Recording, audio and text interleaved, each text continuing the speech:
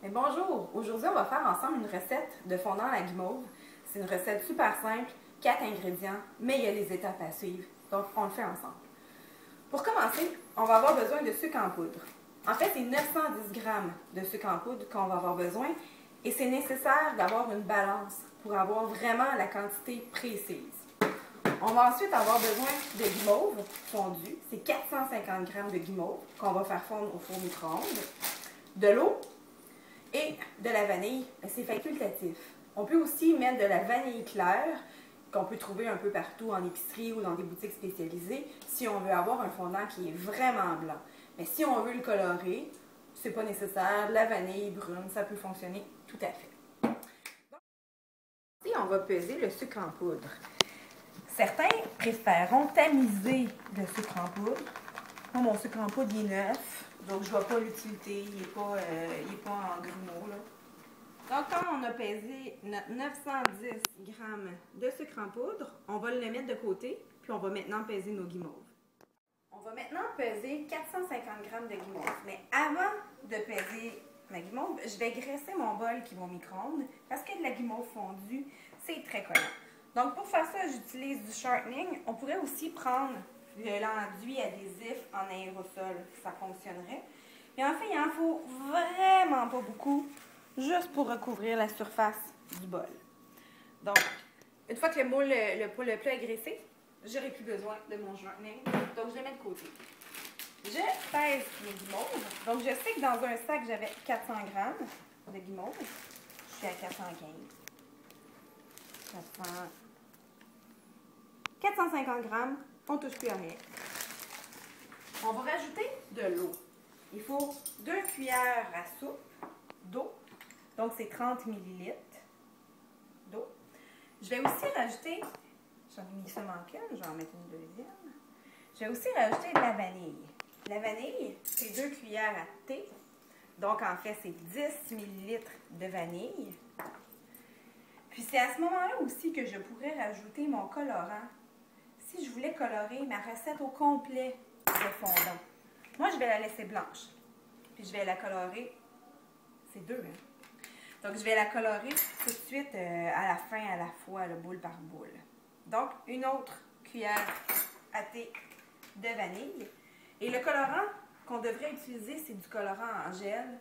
J'ai une sorte de colorant en gel, mais il y en existe plusieurs sur le marché. Donc, il ne faut pas du colorant liquide qu'on trouve en épicerie parce que ça va venir bouleverser l'équilibre du mélange. Je vais mettre ça, disons, 1 minute au micro-ondes. Donc, comme je le disais, on le met 1 minute au micro-ondes. Puis on va vérifier ensuite, donc 1 minute, la texture de la guimauve. Donc, après 1 minute, on va aller vérifier la texture de la guimauve. Ça commence à être fondu. Puis en les mélangeant, la chaleur de la guimauve va faire fondre les autres. Mais là, on a besoin de le remettre encore parce qu'on voit que c'est pas suffisamment fondu. Je pense que ça devrait y être. Ah oui, on voit que c'est tout fondu. Puis en le mélangeant, je ne sais pas si vous voyez, en mélangeant, les petits grumeaux de guimauve qui restent vont aussi fondre. Donc, je vais avoir une belle texture lisse, toute fondue. C'est ça qu'on recherche. Donc, une fois que toute la guimauve est bien fondue, je vais reprendre le sucre en poudre qu'on avait tout à l'heure mis de côté. Je vais essayer de faire un puits à l'intérieur. Donc, de creuser un trou pour pas, en fait, que ma guimauve vienne toucher la paroi de mon bol. Ça collerait. Donc, j'y vais. J'ajoute la guimauve fondue au fondant, au sucre en poudre. Je vais essayer de toute la mettre. Donc, je vais vraiment racler les parois de mon bol. Donc, j'ai versé ma guimauve fondue dans mon sucre en poudre. Et maintenant, avec une cuillère de bois, je vais mélanger. C'est peut-être l'étape la plus longue. Vraiment mélanger le sucre en poudre et la guimauve. En fait, quand on a envie d'y aller avec les mains, quand on pense que c'est le moment d'y aller avec les mains, moi, ce que je vous conseille, c'est de continuer d'y aller avec la cuillère. Ça va finir par faire une boule. C'est ça qu'on veut. Donc là, j'aurais envie d'y aller avec les mains. Mais il faut que je continue avec ma cuillère. Là, j'aurais envie encore d'y aller avec mes mains. Mais je vais continuer quand même avec ma cuillère. En fait, le secret, là, c'est quand on se dit, bon, ben là, ça fait, là, la cuillère, là, je vais y aller avec les mains. Et on continue encore avec la cuillère. Jusqu'à ce que notre envie soit irrépressible. Puis là, on se met les deux mains dedans. OK. Là, je vais y aller avec les mains. Parce que de toute façon, avec la cuillère, je ne pourrais plus faire grand-chose de bon. Puis là, on voit que c'est en train de former une boule. C'est ça que je veux.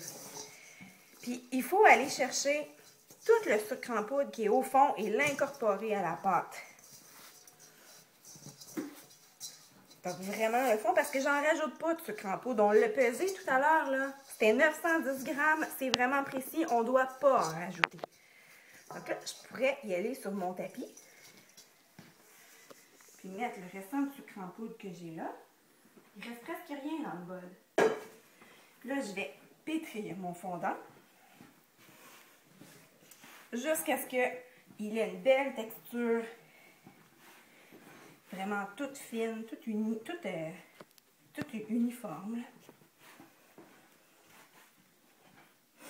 Puis en même temps, je vais aller insérer le sucre en poudre qui reste sur le tapis.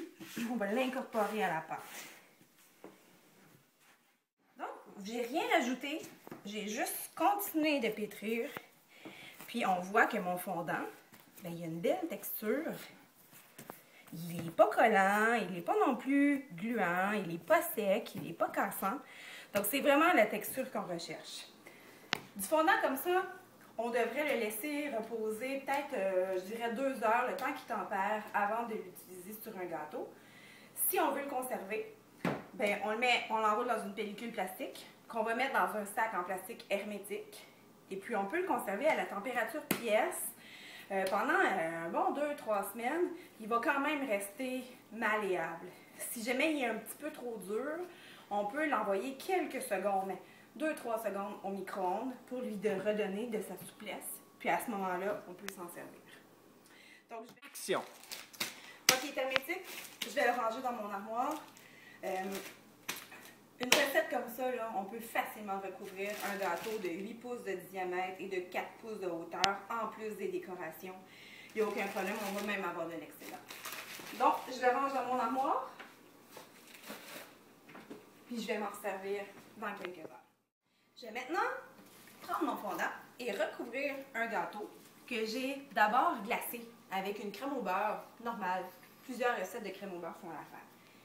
Je vais d'abord enduire mon tapis anti-adhésif. Là, moi, j'ai un tapis en silicone qui sert à faire des pâtes à tarte. Je vais l'enduire d'un petit peu, une mince couche de shortening végétal. Pas plus. Je veux pas la voir. Je veux vraiment qu'elle empêche juste mon fondant de coller. Je vais faire la même chose avec mon rouleau à pâte. Donc, j'utilise un rouleau à pâte normal, là, à pâte à tarte, à pâtisserie, rien de spécialisé. Je vais aussi utiliser une roulette à pizza et un lisseur. Le lisseur, on peut trouver ça dans plusieurs magasins grande surface où est-ce qu'on vend aussi du matériel de décoration de gâteau. Donc, j'ai mon fondant à température pièce. Je vais l'étendre avec mon rouleau à pâte. On va retirer la pellicule plastique.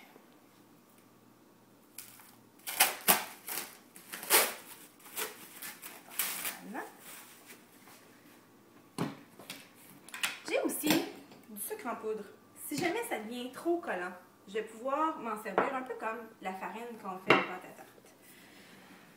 Donc, mon fondant, je ne veux pas avoir une trop grosse épaisseur selon ce que je veux faire. Parce que plus c'est épais, plus c'est sucré. Bon, vous savez, c'est fait avec du sucre en poudre et de la guimauve. Je ne vous cacherai rien en disant que c'est très sucré. Donc, je veux une épaisseur qui est uniforme, donc la même partout. Puis je vous dirais là entre 3 et 4 mm. Ça devrait être suffisant. Donc, ça s'étend bien. Donc, vous pouvez constater.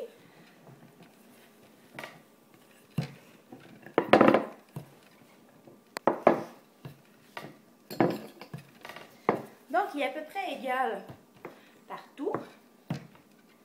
Si je voulais faire des effets matelassés, je pourrais le laisser plus épais pour éviter que le fondant fléchisse. Donc, je vérifie bien que ce n'est pas collé sur mon tapis. Non, tout va bien. Je vois que c'est assez grand pour recouvrir mon gâteau. Moi, j'ai un gâteau de 8 pouces de diamètre, donc je dois calculer 8 pouces. Ça va. Plus la hauteur de chacun des côtés. J'en rajouterai peut-être un petit peu ici. Pour le mettre sur le gâteau, il y en a plusieurs qui vont se servir de leurs avant-bras. Donc, ils vont le prendre. Moi, je vais utiliser mon rouleau. Donc, comme ça. Et on le dépose. Tout simplement sur le gâteau. Je vais prendre ma main et je vais vraiment le coller sur le dessus en évitant qu'il y ait des bulles d'air. Je peux aussi prendre le lisseur pour faire cette étape. Puis là, je ne veux pas qu'il y ait de plis sur le côté de mon gâteau. Donc, en tirant le fondant, je vais enlever tous les plis. Avec le côté de ma main, je vais aller tout doucement le coller sur le gâteau en défaisant tous les plis. Puis si mon fondant était trop long, je pourrais déjà couper l'excédent pour éviter qu'il se déchire.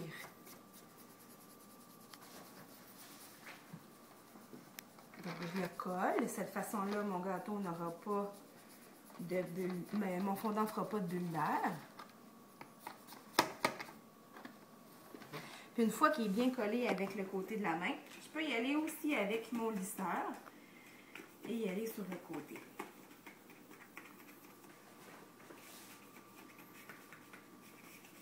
Bon, une fois que c'est collé solidement, là, je vais en enlever une épaisseur.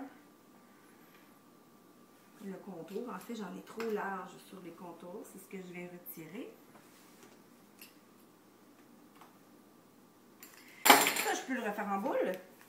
Le remballer dans la pellicule plastique, dans mon sac hermétique de plastique, comme tout à l'heure. Puis je vais pouvoir m'en servir pour mes décorations. Ici, le gâteau, je dois encore m'assurer que le fondant adhère bien. Donc, je pousse jusqu'au bas du gâteau. Et avec ma roulette à pizza, je vais venir enlever ce qu'il y a de trop sur les côtés. Ici. Et voilà. Il va rester à le coller. Enlever encore un peu d'excédent ici, ça dépasse.